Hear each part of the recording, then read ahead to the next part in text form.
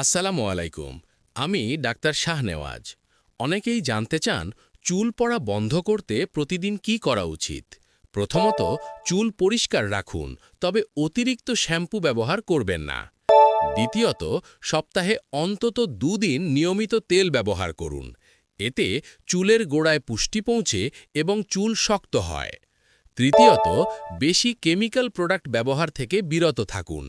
এগুলো ধীরে ধীরে চুল দুর্বল করে দেয়। আমি সবসময় বলি, ন্যাচারাল কেয়ারই সবচেয়ে নিরাপদ। আমি নিজেও শেফা অর্গ্যানিক হেয়ার কেয়ার ব্যবহার করি, যা 100% হার্বাল এবং কেমিক্যাল ফ্রি, যেখানে আমলকি, কালোজিরা, নারকেল তেলসহ প্রায় 70 প্রকার ভেষজ উপাদান রয়েছে। নিয়মিত ব্যবহার করলে চুল পড়া কমে, নতুন চুল গজাতে সাহায্য করে এবং খুশকি কমাতে সহায়ক।